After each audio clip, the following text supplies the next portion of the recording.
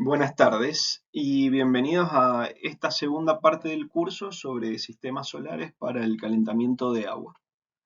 Hoy nos vamos a enfocar en cómo aprovechar los colectores solares que discutimos previamente para aplicaciones reales de calentamiento de agua. Estos sistemas sin concentración, que esos quedarán para después, se utilizan en varias aplicaciones como el calentamiento de agua sanitaria, por ejemplo, los termotanques solares, para calefacción de piscinas, para procesos industriales que requieren calor, la calefacción en edificios y otras aplicaciones que demandan temperaturas de hasta unos 100 grados centígrados por encima de la temperatura ambiente. Pero antes de sumergirnos en todos los detalles del diseño y el dimensionamiento de estos sistemas, vamos a hacer un breve repaso de los conceptos clave que vimos en la clase anterior. En la clase anterior hablamos sobre los diferentes tipos de colectores solares y los dividimos en dos grandes grupos, los de placa y los de concentración. En este curso nos vamos a enfocar en los colectores de placa nuevamente, que a su vez se dividen en dos tipos, los de placas planas y los de tubos evacuados. Estos colectores se pueden evaluar mediante ensayos que permiten determinar tres parámetros claves para su rendimiento.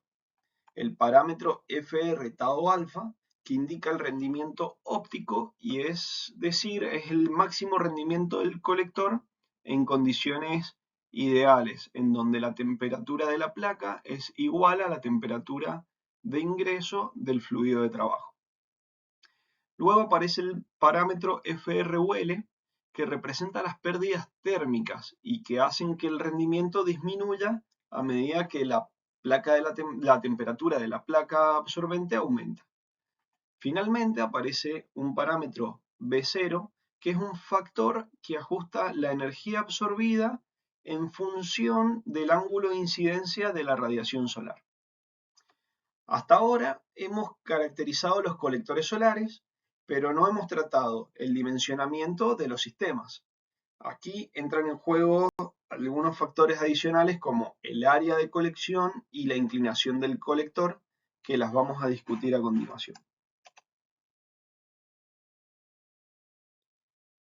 En esta sección veremos cómo se dimensiona el área de colección necesaria para sistemas solares térmicos y vamos a ver cómo utilizando uno o más colectores solares, estos sistemas son capaces de generar el calor necesario para llevar el fluido a la temperatura deseada. Veamos cómo se clasifican y se diseñan estos sistemas en función de sus características. Los sistemas solares térmicos se pueden clasificar en dos grandes categorías. Sistemas de intercambio directo, en donde el fluido de trabajo que recibe el calor en la placa absorbente es el mismo que se utiliza en el proceso o consumo final, y sistemas de intercambio indirecto, en donde el fluido de trabajo y el fluido de consumo están separados y se utiliza un intercambiador de calor para transferir la energía de un fluido al otro. Dentro de ambos tipos, el movimiento del fluido puede ser natural o forzado. Además, en los sistemas indirectos, el intercambiador de calor puede estar ubicado dentro o fuera del tanque de almacenamiento. También existe una tercera categoría, que son los sistemas compactos, que no los vamos a ver en profundidad en este curso, pero estos sistemas son aquellos en donde el almacenamiento está integrado en la superficie del colector. En estos el líquido se calienta y se almacena directamente en los conductos de la placa absorbedora. Cada uno de estos sistemas tiene ventajas y desventajas. Ahora vamos a ver y explorar algunos ejemplos concretos de estos equipos y analizaremos algunas de sus aplicaciones. Comencemos con los sistemas directos de circulación natural. Estos son los más simples y económicos, ya que no requieren equipos auxiliares como bombas de circulación para funcionar. Estos sistemas siempre incluyen un depósito aislado para almacenar el fluido de consumo donde se va a conservar la energía térmica.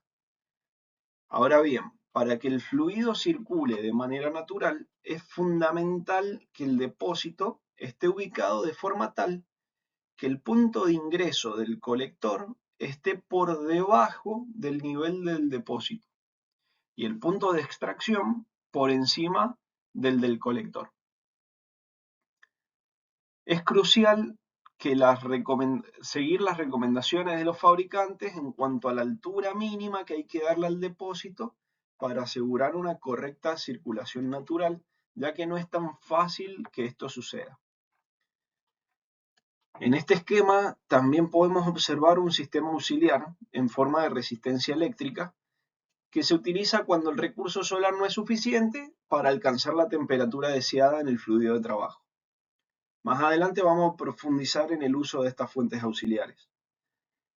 Finalmente, el agua de reemplazo proviene de la red de agua potable, lo que significa que el fluido utilizado se reemplaza por un nuevo volumen cada vez que se utiliza. Un segundo caso es en aquel en donde no es posible ubicar el depósito en una posición adecuada para lograr la circulación natural, por lo que se tiene que recurrir a una bomba de circulación para forzar el flujo del fluido de trabajo. En el esquema mostrado podemos destacar varios elementos. Primero, el sistema auxiliar está después del depósito y este se encarga de recalentar el fluido justo antes de su uso para llevarlo a la temperatura que se requiere. Hay una válvula de retención también que impide que el fluido circule en sentido contrario, lo que puede ocurrir durante la noche cuando la radiación en el colector se invierte. Finalmente, un controlador que activa la bomba usando la lectura de temperaturas. Normalmente para el controlador se utilizan 2 sensores o 3. En el caso de utilizar 2 sensores, uno se encuentra a la salida del colector y otro en la parte inferior del tanque de almacenamiento. Los sensores más comunes son los del tipo PT1000 o algunos similares. Este sistema permite una mayor flexibilidad, ya que el almacenamiento se puede ubicar en un lugar conveniente, mientras que los colectores se instalan en la ubicación óptima para captar la radiación solar. Ahora pasamos a los sistemas indirectos, que ofrecen la ventaja en cuanto a mantenimiento y seguridad. Aunque estos sistemas podrían operar sin circulación forzada, generalmente se emplea una bomba de circulación debido a la pérdida de carga que se ocasiona en el intercambiador de calor. En este esquema, el intercambiador de calor está integrado dentro del almacenamiento, lo cual es muy habitual en instalaciones pequeñas o medianas. La energía auxiliar, por otra parte, proviene de un segundo intercambiador también integrado en el almacenamiento, que puede usar diversas fuentes energéticas para complementar el calor del sistema para llevar al fluido de trabajo a la temperatura que se requiere. Entre las principales ventajas de este sistema, de los sistemas indirectos, nos encontramos con que se puede utilizar un fluido de trabajo con mayor resistencia a la congelación y al sobrecalentamiento. Por otra parte, se reducen los problemas de incrustaciones que suceden en los conductos del fluido de trabajo debido a los minerales que presenta el agua potable. Finalmente, podemos, como tercer ventaja, ver que es más fácil mantener el equilibrio hidráulico en sistemas complejos con múltiples colectores, garantizando un flujo uniforme entre todos ellos.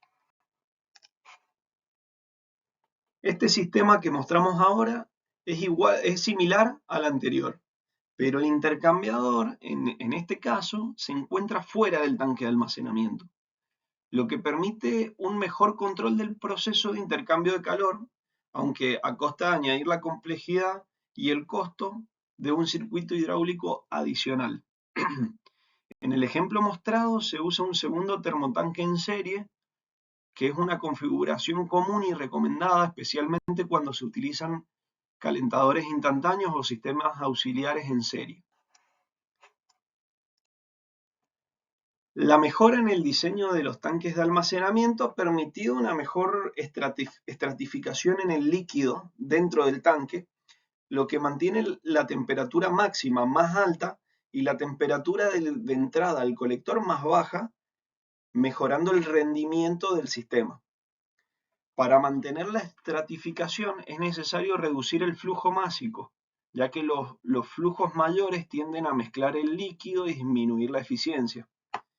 En la gráfica superior se observa que el rendimiento óptimo se alcanza con un flujo aproximadamente de 5 veces menor al que deberíamos utilizar en un tanque completamente mezclado. En la figura de la izquierda se muestran los resultados de una simulación con el programa SAM, System Advisor Model, que es el que vamos a utilizar en este curso, donde se aprecia el impacto del flujo másico en el rendimiento anual del sistema, medido como la fracción solar. Finalmente nos encontramos con el tercer grupo, que eran los sistemas compactos o integrados, en donde son típicos en aplicaciones pequeñas como los termotanques solares de tubos evacuados, que se conocen como atmosféricos. Y la particularidad de estos sistemas es que el almacenamiento se integra directamente en los conductos colectores, lo que los hace más económicos. Estos en general son difíciles de ensayar sus parámetros característicos y por eso en los programas de simulación no suelen estar presentes. Ahora que conocemos los distintos sistemas solares térmicos, es crucial entender el proceso para dimensionar estos sistemas de forma adecuada. Si bien no existe un método exacto para dimensionar sistemas con múltiples componentes debido a su interdependencia, podemos establecer un proceso base. Este proceso nos va a servir de guía para realizar las iteraciones necesarias y optimizar el diseño final del proyecto. El primer paso en el dimensionamiento es identificar el sitio de instalación y contar con la base de datos meteorológicas, similar a lo que hacemos en los sistemas fotovoltaicos. A partir de esto, luego vamos a definir el perfil de carga que se quiere abastecer, ya sea total o parcialmente, con el sistema solar térmico. Este perfil se puede obtener a partir de hipótesis simplificadas sobre el consumo o idealmente mediante mediciones directas del proceso térmico en cuestión. Y bueno, es destacar que este es un paso fundamental que van a tener que explorar ustedes para el caso de estudio que les toque en su proyecto en particular, ya que un perfil de carga preciso es esencial para predecir el rendimiento del sistema durante todo el año. Lo ideal es tener un perfil de carga discretizado por horas durante todo el año para realizar simulaciones dinámicas que permitan obtener resultados precisos del uso de la energía solar. Después de definir el perfil de carga, se determinan los requerimientos del sistema. El primer paso es la selección del colector solar, el cual va a depender de sus parámetros característicos, su tecnología y las necesidades específicas del proyecto. Es importante también definir si se trata de un sistema de intercambio directo o indirecto y si se contará con energía auxiliar. El siguiente paso es dimensionar el arreglo de colectores, ya que normalmente un solo colector no puede cubrir la demanda en sistemas industriales, en aprovechamientos industriales.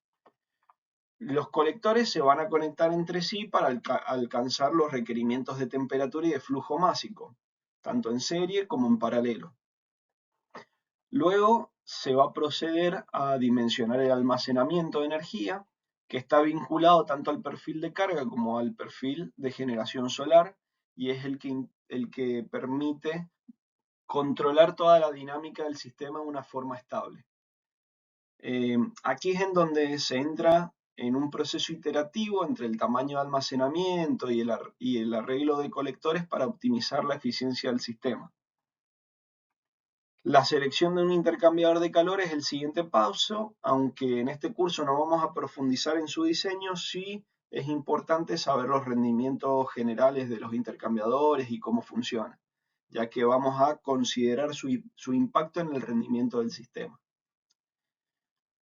Finalmente, se va a evaluar la necesidad de incluir un sistema auxiliar para asegurar que la demanda sea satisfecha en momentos donde la radiación solar no es suficiente. Este proceso va a culminar en un sistema solar térmico eficiente para el calentamiento de agua, el cual deberá ser evaluado frente a otras alternativas para garantizar una solución con los mejores beneficios energéticos y económicos.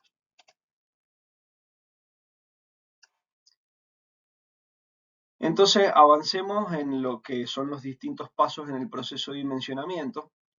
El primer paso, luego de seleccionar el sitio y evaluar las sombras y estimar el recurso solar y hacer un análisis del perfil de carga, es dimensionar el arreglo de colectores. Para esto es importante analizar las conexiones serie y paralelo entre los colectores, ya que cada una de estas configuraciones tiene características particulares que impactan en el rendimiento del sistema.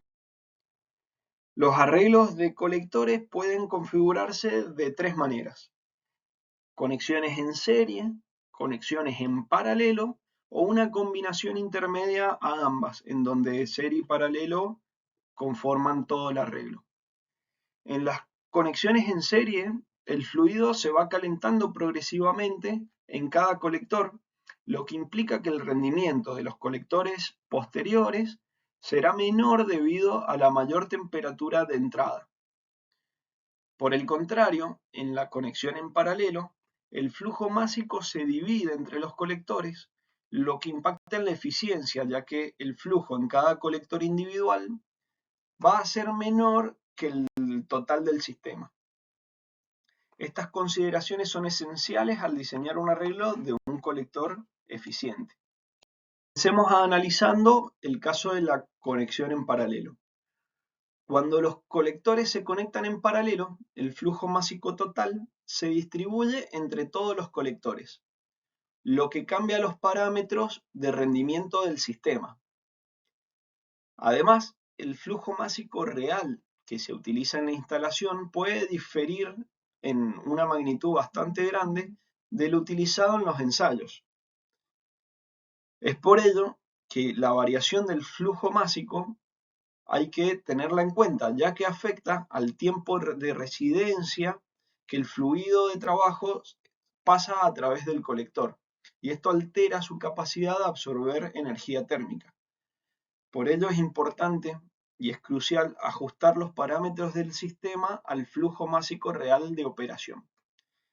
Es importante corregir estos parámetros característicos del colector en función del flujo másico real, y para ello se utiliza un factor de corrección R, que se calcula a partir de los valores de FR UL y de FR tau alfa en condiciones reales a las de prueba.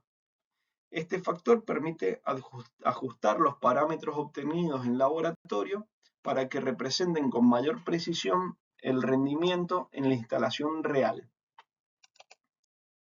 Para analizar el comportamiento de un conjunto de colectores conectados en serie, es fundamental también corregir los valores de FR tau alfa y FR UL por el flujo másico del sistema que atraviesa esa conexión en serie, al igual que se hizo con la conexión en paralelo.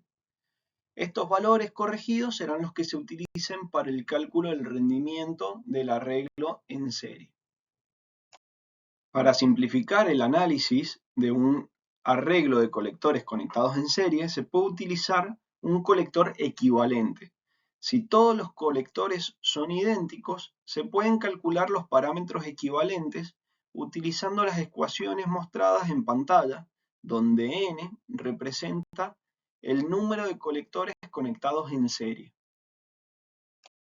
Para terminar de entender cómo es el cálculo y poder evacuar dudas y demás, realicen el ejercicio que se muestra acá en la pantalla y reflexionen sobre las siguientes preguntas. ¿Cómo varían los parámetros para la conexión en serie y cómo varían estos parámetros para una conexión en paralelo?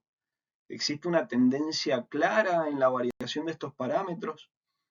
Hagan el ejercicio y discutamos las respuestas y dudas en el foro de la clase en Teams. Eso va a quedar como ejercicio para ustedes sobre estas clases.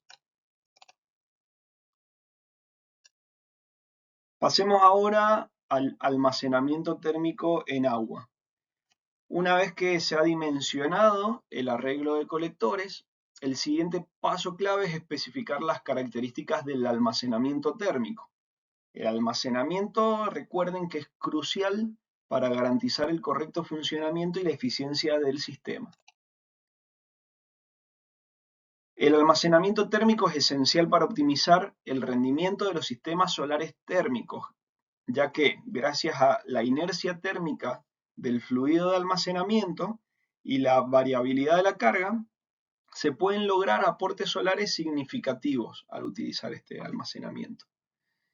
El dimensionamiento del almacenamiento dependerá de varios factores como el perfil temporal de la carga térmica, la radiación solar disponible, la necesidad de garantizar disponibilidad constante de energía, el uso de energía auxiliar y además un análisis económico que, si bien en este curso no lo vamos a considerar, es importante para terminar de diseñar esta clase de sistemas. El principal objetivo del análisis de rendimiento de un sistema solar térmico es determinar a lo largo de un año cuánta energía se logró ahorrar al evitar el uso de energía convencional. ¿Está bien? Y para eso hay que determinar cuánta energía solar se pueda aprovechar.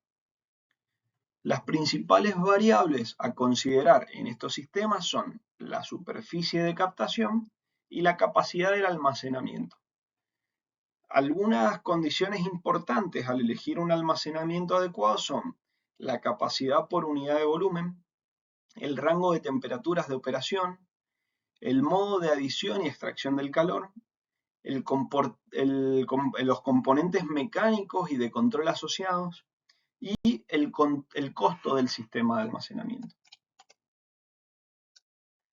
Considerando todos estos factores, se utiliza agua como medio de almacenamiento en la mayoría de los sistemas solares térmicos. ¿Esto por qué es? Porque el agua es un fluido abundante y económico. En un tanque donde el fluido está completamente mezclado, el calor almacenado se puede expresar como el producto de la masa del fluido por su capacidad calorífica y la temperatura media del fluido. Si aplicamos un balance de energía en un tanque de almacenamiento totalmente mezclado, observamos que la variación de la temperatura en el tanque depende de la capacidad calorífica del fluido, del calor útil generado, la carga y las pérdidas de energía a través de la envolvente del tanque.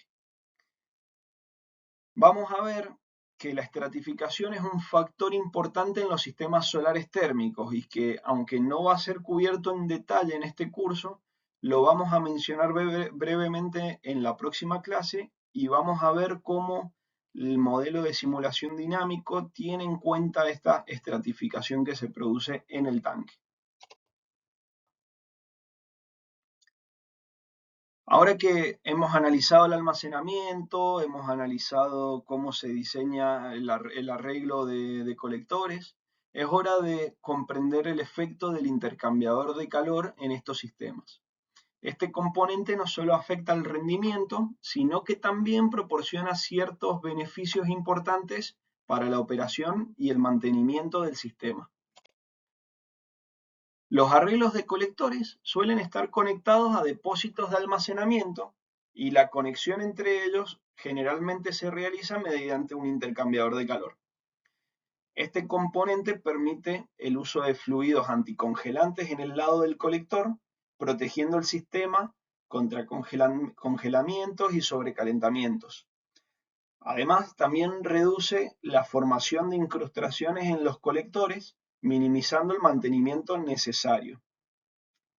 Para considerar un impacto del intercambiador de calor es necesario ajustar el factor de remoción FR. El factor de corrección que se utiliza por el intercambiador de calor se denota como R sub HX de Heat Exchange y representa la penalización en el rendimiento del sistema debido al uso del intercambiador.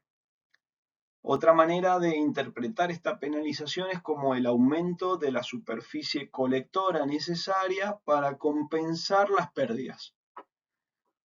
Un parámetro clave para el análisis es la capacidad calorífica mínima del sistema, que corresponde al valor más bajo del producto, del flujo másico y la capacidad calorífica del fluido en ambos lados del intercambiador. El diagrama en pantalla muestra la ecuación anterior para calcular el factor de corrección del intercambiador de calor en función del rendimiento, que es ese epsilon, del rendimiento del intercambiador de calor. Esta gráfica permite visualizar cómo varía el factor a medida que el rendimiento del intercambiador cambia.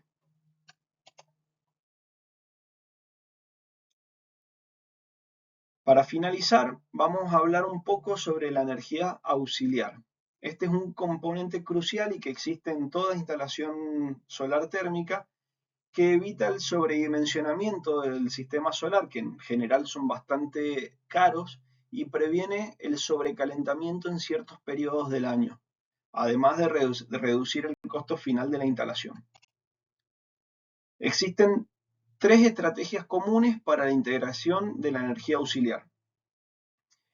La posición A es la estrategia más común en sistemas pequeños para viviendas, es la más sencilla y la más económica, ya que no requiere instalaciones hidráulicas adicionales. Normalmente se utiliza una resistencia eléctrica para elevar la temperatura del agua almacenada, pero hay otras alternativas, como vimos en los diagramas anteriores, que se pueden utilizar intercambiadores de calor para utilizar otras fuentes energéticas que no sea la electricidad. Sin embargo, esta opción es la menos eficiente, ya que no aprovecha la inercia del sistema y puede terminar desperdiciando energía solar disponible. La posición B. En esta posición, la energía auxiliar se añade al flujo másico de la carga en el momento en el que se consume. Esta es la opción más eficiente, ya que permite maximizar el uso de la energía solar disponible y añade solamente el calor auxiliar necesario.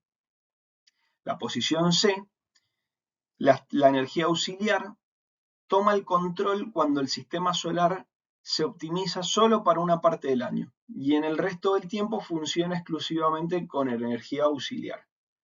Esta opción es la menos recomendada debido a la complejidad que añade al sistema y las necesidades de instalar cámaras de mezclado adicionales. Con eso hemos finalizado la clase. Sin embargo, quedan muchísimos temas para explorar, como el análisis detallado del perfil de carga, la integración de varios arreglos, el almacenamiento en sistemas con fluidos gaseosos, el análisis económico, métricas de rendimiento.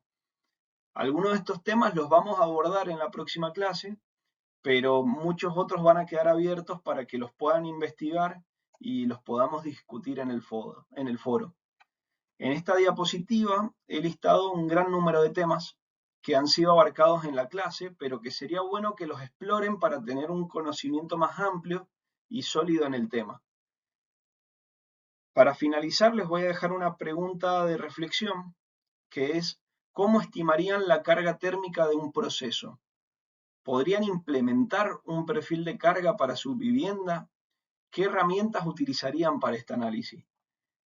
Eso quiero que lo trabajen, lo respondan y lo comentemos en el foro de la clase o me pregunten por mensaje, porque va a ser parte de su trabajo en el proyecto final y es muy importante que lo puedan realizar de forma adecuada para que luego la simulación salga bien. Bueno, con eso me despido. Espero que las clases de hoy les haya dado una comprensión más sólida de algunos de los principios detrás de los sistemas solares térmicos. Y recuerden que el proceso de dimensionamiento es tanto técnico como creativo, así que optimizar estos sistemas requiere un balance entre el conocimiento técnico y la capacidad de pensar en soluciones eficientes. Nos vemos en la próxima clase. Muchas gracias.